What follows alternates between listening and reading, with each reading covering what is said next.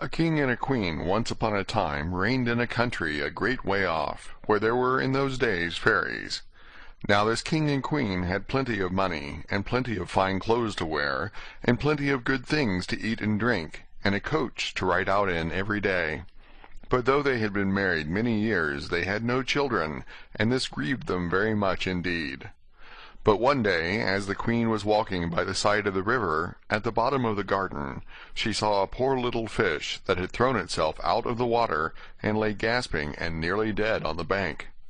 Then the queen took pity on the little fish, and threw it back again into the river, and before it swam away, it lifted its head out of the water, and said, "I know what your wish is, and it shall be fulfilled in return for your kindness to me. You will soon have a daughter." What the little fish had foretold soon came to pass, and the queen had a little girl, so very beautiful that the king could not cease looking on it for joy, and said he would hold a great feast and make merry, and show the child to all the land.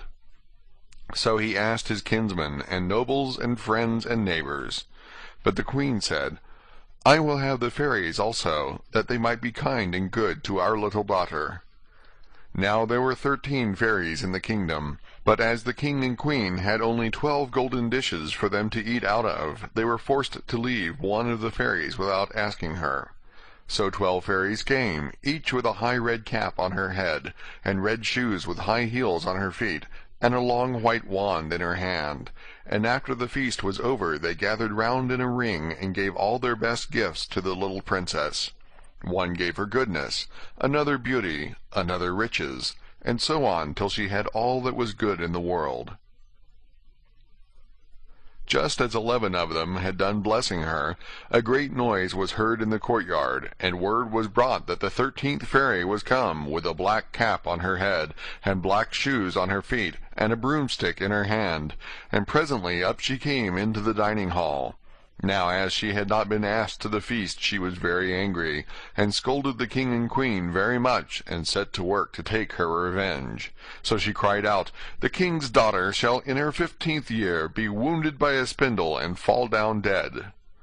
Then the 12th of the friendly fairies, who had not yet given her gift, came forward, and said that the evil wish must be fulfilled, but that she could soften its mischief. So her gift was, that the king's daughter, when the spindle wounded her, should not really die, but should only fall asleep for 100 years. However, the king hoped still to save his dear child altogether from the threatened evil, so he ordered that all the spindles in the kingdom should be bought up and burnt. But all the gifts of the first 11 fairies were in the meantime fulfilled, for the princess was so beautiful, and well behaved, and good, and wise, that everyone who knew her loved her. It happened that, on the very day she was 15 years old, the king and queen were not at home, and she was left alone in the palace. So she roved about by herself, and looked at all the rooms and chambers, till at last she came to an old tower, to which there was a narrow staircase ending with a little door. In the door there was a golden key, and when she turned it, the door sprang open, and there sat an old lady spinning away very busily.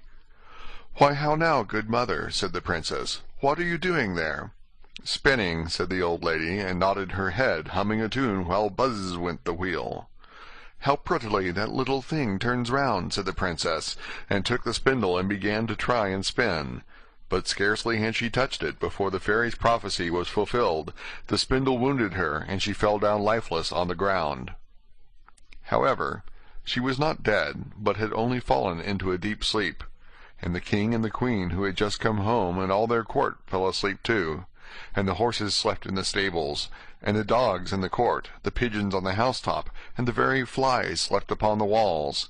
Even the fire on the hearth left off blazing, and went to sleep. The jack stopped, and the spit that was turning about with a goose upon it for the king's dinner stood still, and the cook, who was at that moment pulling the kitchen boy by the hair to give him a box on the ear for something he had done amiss, let him go, and both fell asleep. The butler, who was slyly tasting the ale, fell asleep with the jug at his lips, and thus everything stood still and slept soundly. A large hedge of thorns soon grew round the palace, and every year it became higher and thicker, till at last the old palace was surrounded and hidden, so that not even the roof or the chimneys could be seen. But there went a report through all the land of the beautiful sleeping Briar Rose, for so the king's daughter was called. So that from time to time several kings' sons came and tried to break through the thicket into the palace. This, however, none of them could ever do, for the thorns and bushes laid hold of them as it were with hands, and there they stuck fast and died wretchedly. After many, many years, there came a king's son into that land, and an old man told him the story of the thicket of thorns, and how a beautiful palace stood behind it, and how a wonderful princess called Briar Rose lay in it asleep with all her court. He told, too, how he had heard from his grandfather that many, many princes had come and had tried to break through the thicket, but that they had all stuck fast in it and died. Then the young prince said, "All this shall not frighten me. I will go and see this Briar Rose." The old man tried to hinder him, but he was bent upon going. Now that very day the 100 years were ended, and as the prince came to the thicket he saw nothing but beautiful flowering shrubs, through which he went with ease, and they shut in after him as thick as ever. Then he came at last to the palace, and there in the court lay the dogs asleep, and the horses were standing in the stables, and on the roof sat the pigeons fast asleep with their heads under their wings. And when he came into the palace, the flies were sleeping on the walls, the spit was standing still, the butler had the jug of ale at his lips, going to drink a draught, the maid sat with a fowl in her lap ready to be plucked, and the cook in the kitchen was still holding up her hand as if she was going to beat the boy. Then he went on still farther, and all was so still that he could hear every breath he drew, till at last he came to the old tower, and opened the door of the little room in which Briar Rose was, and there she lay, fast asleep on a couch by the window.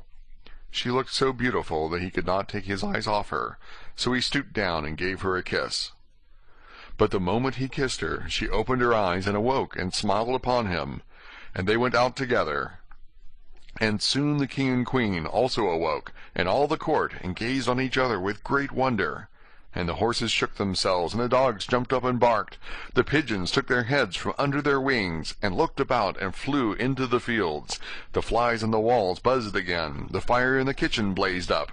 Round went the jack, and round went the spit, with a goose for the king's dinner upon it. The butler finished his draught of ale. The maid went on plucking the fowl, and the cook gave the boy the box on his ear. And then the prince and Briar Rose were married, and the wedding feast was given, and they lived happily together all their lives long. End of Briar Rose. Recorded by R. Francis Smith.